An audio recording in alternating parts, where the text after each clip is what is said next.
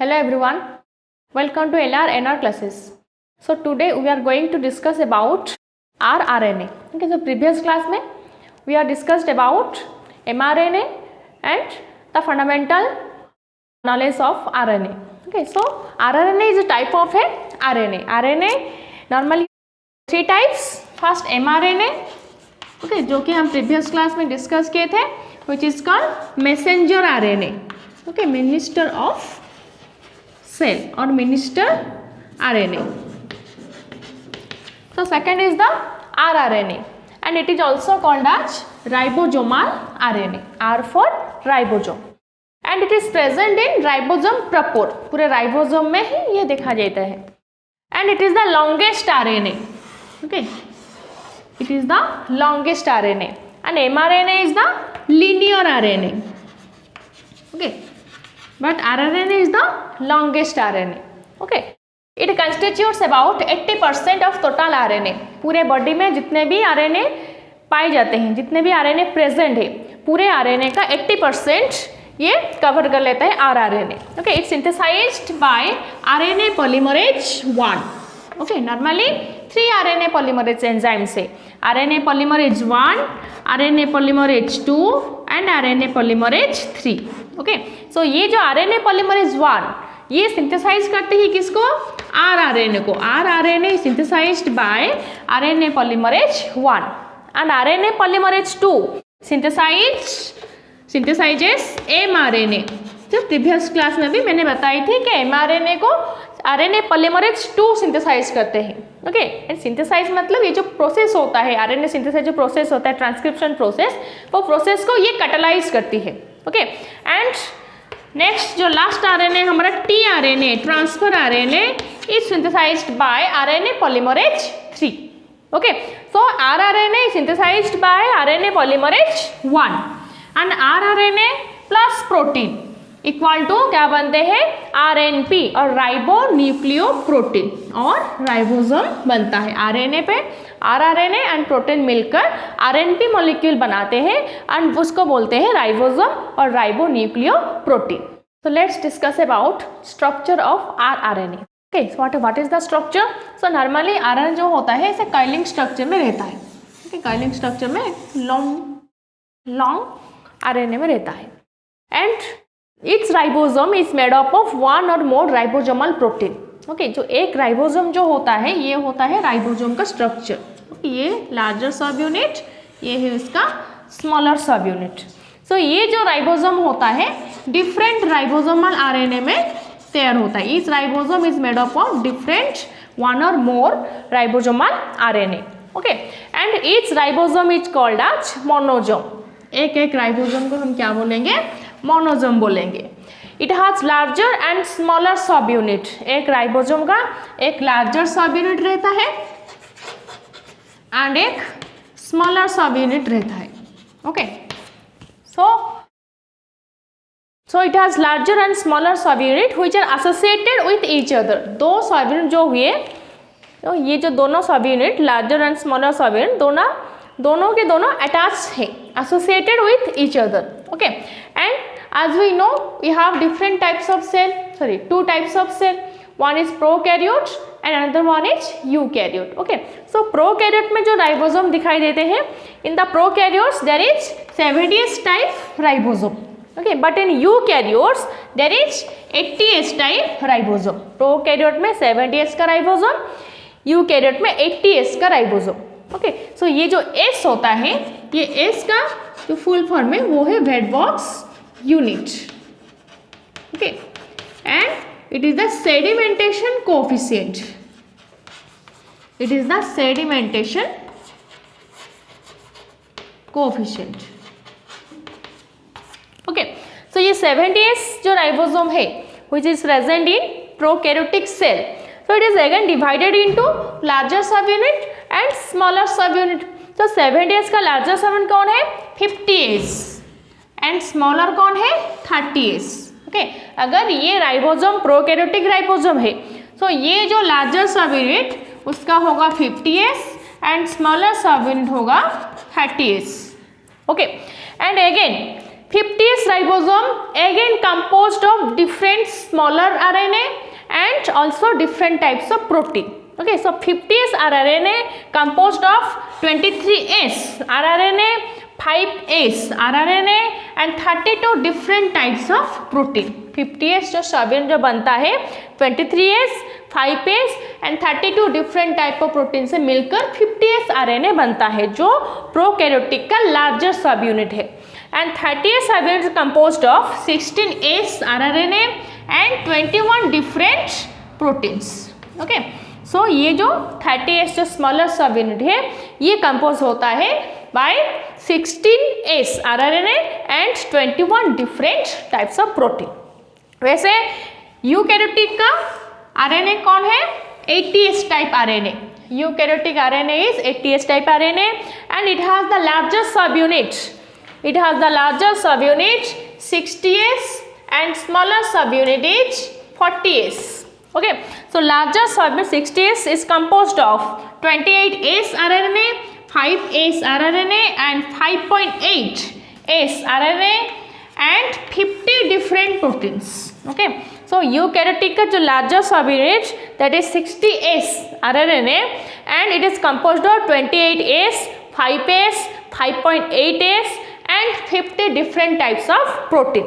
वैसे 80S ribosomal RNA has smaller subunit is 40S. Smaller subunit is 40S RNA and it is composed of 18S RNA and 33 different types of protein.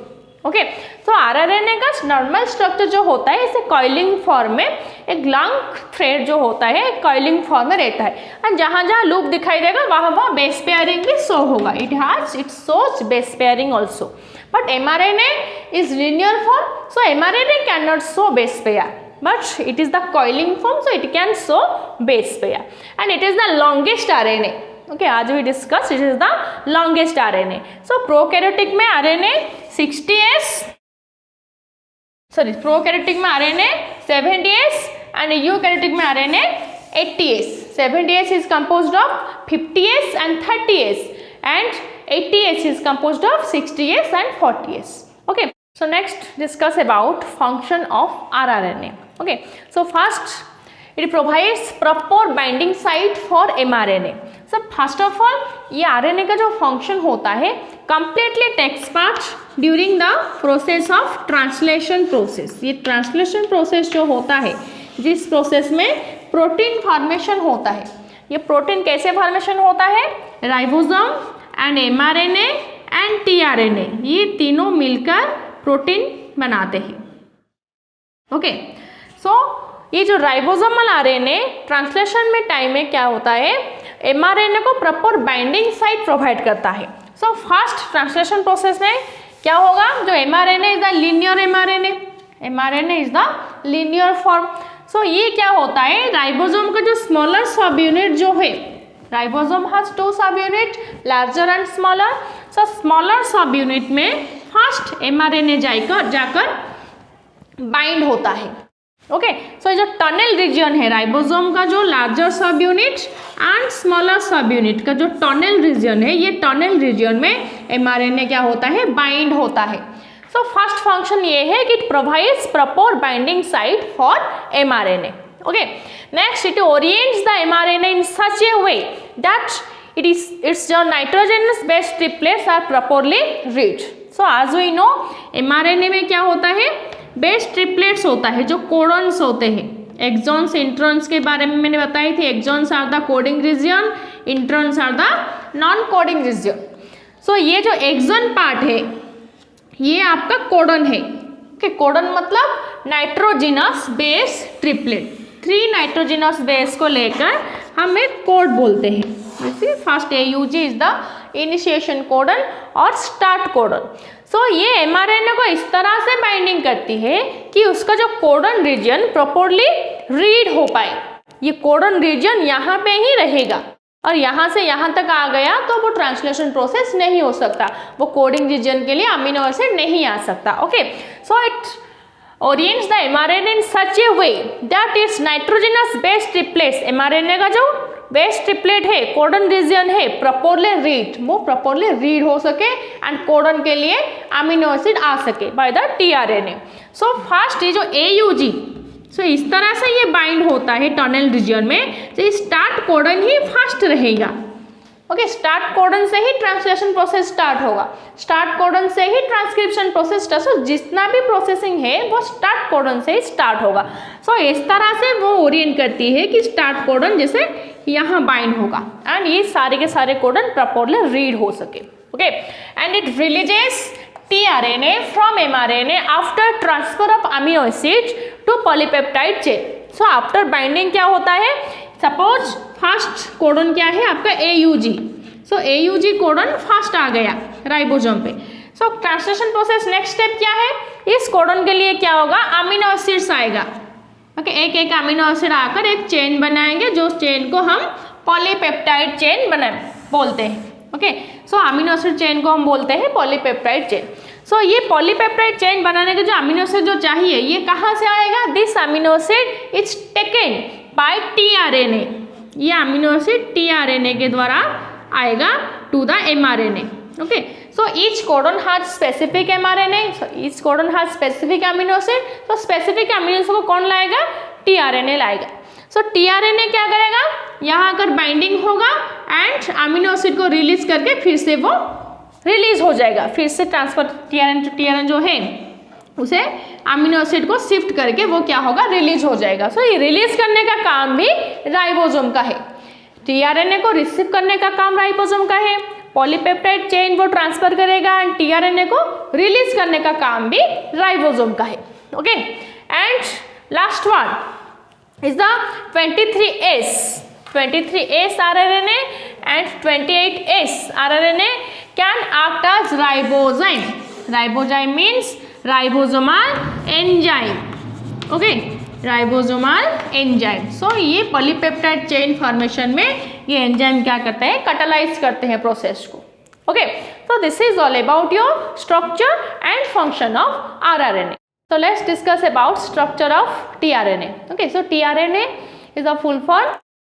tRNA has the full form of transfer RNA. Okay, T for transfer RNA. Transfer क्यों है, क्योंकि ये जो होता है transfer का काम करता है, इधर का उधर ट्रांसफर करता है, क्या, अमीनो एसिड ट्रांसफर करता है during the translation process. Okay, तो इसलिए उसका नाम है tRNA और transfer RNA and it is the smallest RNA। जितने भी जो 3 टाइप्स के RNA हम पढ़े हैं, mRNA, rRNA एंड tRNA, इन तीनों में से tRNA is the smallest RNA, छोटा सा स्ट्रक्चर है उसका and it is constitutes about 15 to 20% of total RNA। Okay, total body के RNA से 15 to 20% tRNA ऑक्युपाई करता है and it synthesised by the help of RNA polymerase 3। तो मैंने पहले भी डिस्कस कर चुकी हूँ, तो RNA polymerase 1 synthesizes the rRNA and RNA polymerase 2 synthesizes the mRNA and RNA polymerase 3 synthesizes tRNA. Okay, and tRNA also called as soluble RNA, supernatant RNA and adapter RNA, ये तीनों नाम है उसका substitute name. Okay, so let's discuss about the structure of tRNA. tRNA का जो structure है, smallest structure, वो कैसा दिखता है। So this is the structure of tRNA. So tRNA is the smallest RNA and this is the clover leaf model of tRNA. This is the clover leaf model or clover leaf structure of tRNA and this model was proposed by RW Holly. Okay, and this model was proposed by RW Holly in 1965. Okay, सो ये जो model है ये 2 dimensional model है, 2D model है। Another model भी है वो 3D model है and 3D model is the L shaped model. Okay, and it is proposed by Kim. Okay, Kim के थ्रू प्रपोज हुआ था and this one is the clover leaf model. So according to this model it has 1 2 3 4 5 arms. Okay, this model has 5 arms. Okay, and so this is the single stranded RNA, ये है 5 prime end and ये है 3 prime and. Okay, so RNA का direction क्या है, 5 prime to 3 prime. सो यहाँ है 5 prime and, सो ये जो single stranded RNA this is okay coiled around its own strand, इसलिए वो ऐसा स्ट्रक्चर हुआ है। एंड ये जो कॉइलिंग जो हुआ है around each strand, okay around its own strand, so ये है एक स्टेम पार्ट होता है और एक loop part. Okay, in this model its stem part and one loop part is found in each arm. 4 arm में, सॉरी 4 आर्म में से ये गया आपका 1 आर्म, ये गया आपका वेरिएबल आर्म, और ये जो बाकी 3 आर्म से 1 stem part and 1 loop part पाए जाते हैं। एंड स्टेम पार्ट में बेस पेयर प्रेजेंट है। सो ये जो स्टेम पार्ट में ये जो स्ट्रक्चर है this shows the base pair, and ये लूप पार्ट में अनपेयर न्यूक्लियोटाइड्स प्रेजेंट है। ये लूप पार्ट में बेस पेयर नहीं हो सकता, सो ये लूप पार्ट में जो भी न्यूक्लियोटाइड्स प्रेजेंट है वो अनपेयर्ड फॉर्म में है। Okay, so first arm, let's come to first arm. So first arm is the acceptor arm, this one is the acceptor arm. So यहाँ है 5 prime end and ये है 3 prime end. So 5 prime end is shorter than the 3 prime end. Why? The 3 prime end has one extra sequence. 3 prime end में एक extra sequence लगा हुआ है, देख सकते हो, वो है CCAR, or CCA sequence. So due to presence of CCA sequence, 3 prime end is longer than the 5 prime end. Okay, so CCA sequence का काम क्या है? It accepts the amino acid. CCA sequence का काम है ये amino acid को accept करेगा। Okay, so it is the acceptor arm, amino acid attaching site. So यहाँ आकर एक amino acid attach होगा।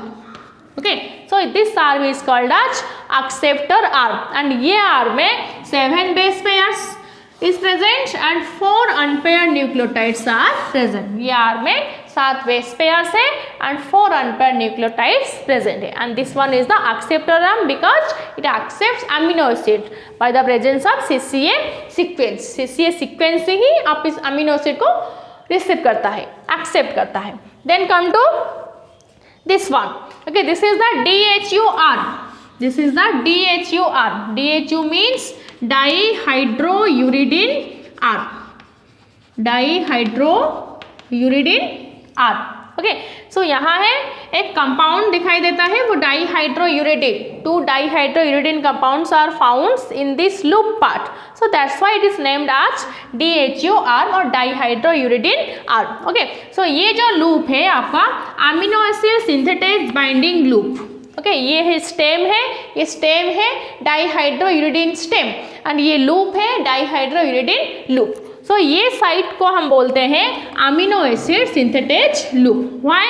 ना there is an enzyme, amino acid synthetase enzyme. ये एंजाइम का काम क्या है? ये अमीनो एसिड को एक्टिव करता है in the process of translation process. So translation process का जो फर्स्ट स्टेप है अमीनो एसिड एक्टिवेशन स्टेप है, ये अमीनो एसिड को एक्टिवेशन कौन करता है? अमीनो एसिड सिंथेटेज एंजाइम करता है। सो यही एंजाइम जब अमीनो एसिड टीआरएन पे अटैच होगा, यही एंजाइम आकर यहाँ अटैच होगा। ओके, सो अमीनो एसिड जाकर यहाँ अटैच होगा एंड जो एंजाइम है यहाँ अटैच होगा। सो this is the amino acid synthetase enzyme binding loop and also called as DHU arm, also dihydrouridine arm, and it has 3 to 4 base pairs. It has 3 to 4 base pairs and 7 to 11 unpaired nucleotides. So यहाँ 3 से 4 base pair दिखाई देते हैं and 7 to 11 unpaired nucleotides are found in the loop part. Okay, so next come to this arm. So this is called as anticodon arm. This is called as anticodon arm. Okay, why anticodon? So anticodon arm क्यों? क्योंकि यहाँ जो codon से यहाँ 4 unpair nucleotides है, ये वाला arm में 4 अनपेयर न्यूक्लियोटाइड्स है and 5 base pairs are present. So ये 4 अनपेयर न्यूक्लियोटाइड में से जो 3 अनपेयर न्यूक्लियोटाइड है this is the anticodon of mRNA। Okay, ये 3 जो न्यूक्लियोटाइड्स है this is the anticodon of mRNA codon. So ये mRNA कहाँ से आ गया? At the time of ribosome sorry at the time of translation, translation के टाइम क्या होता है मैंने ये भी डिस्कस किया है शॉर्टली। सो ये जो स्मॉलर सब यूनिट राइबोसोम का जो स्मॉलर सब यूनिट में एमआरएनए आकर बाइंड होता है। ओके, सो एमआरएनए बाइंड होने से उसका जो कोडन्स है, ये कोडन्स के लिए क्या आएगा, this are the coding regions. Okay, ये कोडिंग रीजन के लिए क्या आएगा, एक एक अमीनो एसिड आएगा। ओके, वो अमीनो एसिड को कौन लाएगा, टीआरएनए लाएगा। ये अमीनो एसिड को कौन लाएगा, टीआरएनए लाएगा। तो टीआरएनए आकर एक कोडन पे आकर रिसीव होगा। सो ये टीआरएनए ये है कोडन, ये है एमआरएनए का कोडन। सो यहाँ है आपका टीआरएनए का एंटीकोडन, ये जो वाला है। सो यहाँ आपका एमआरएनए बाइंड होगा। ओके, क्योंकि बेस बेस बीच में क्या बॉन्डिंग है, हाइड्रोजन बॉन्डिंग है। सो ये बॉन्डिंग होने के बाद जब टीआरएनए फिक्स हो जाएगा एमआरएनए के साथ, देन ये अमीनो एसिड को रिलीज कर देगा टू फॉर्म पॉलीपेप्टाइड चेन। सो ये एमआरएनए के साथ बॉन्डिंग होने के लिए एमआरएनए कोडन के लिए क्या चाहिए, एंटीकोडन चाहिए। बेस के साथ बॉन्डिंग होने के लिए अनदर बेस ही चाहिए। सो वो बेस है आपका एंटीकोडन जो प्रेजेंट है आपके टीआरएनए में, ये वाला आर में। So this is called as anticodon because this anticodon जो 3 न्यूक्लियोटाइड्स है, this pairs with the codon of mRNA at the time of translation process. Okay, so this is the anticodon loop and this is the anticodon stem. Okay, so यहाँ 5 base pairs and 4 unpaired nucleotides are found. Okay, and this one is the variable arm. This one is the variable arm. ये variable arm stem part में हो सकता है और loop form में भी हो सकता है। स्टेम फॉर्म में हो सकता है, लूप फॉर्म में भी हो सकता है। एंड इसका काम क्या है, it provides stability to the tRNA. ये टीआरएनए को एक स्टेबिलिटी प्रोवाइड करता है। ओके, स्ट्रक्चर को स्टेबल प्रोवाइड करता है, स्टेबल रखता है। And this arm is the ribosomal binding loop. This arm is the ribosomal binding loop. Okay, and यहाँ क्या होता है, एक सीक्वेंस पाए जाते हैं, सीडोइरिडिन का सीक्वेंस पाए जाते हैं, टीसी जो देखते हो, ये है इसका, ये है वो सीक्वेंस। ये सीक्वेंस के वजह से इसका नाम pseudoiridine arm or ribosomal binding loop. Okay, so in this arm 4 base pairs and 7 unpaired nucleotides are found. ये वाला आर्म है, ये वाला आर्म है, 7 unpaired nucleotides in the loop part and 4 base pairs in the stem parts are found. Due to presence of this sequence, it is named as pseudoiridine arm.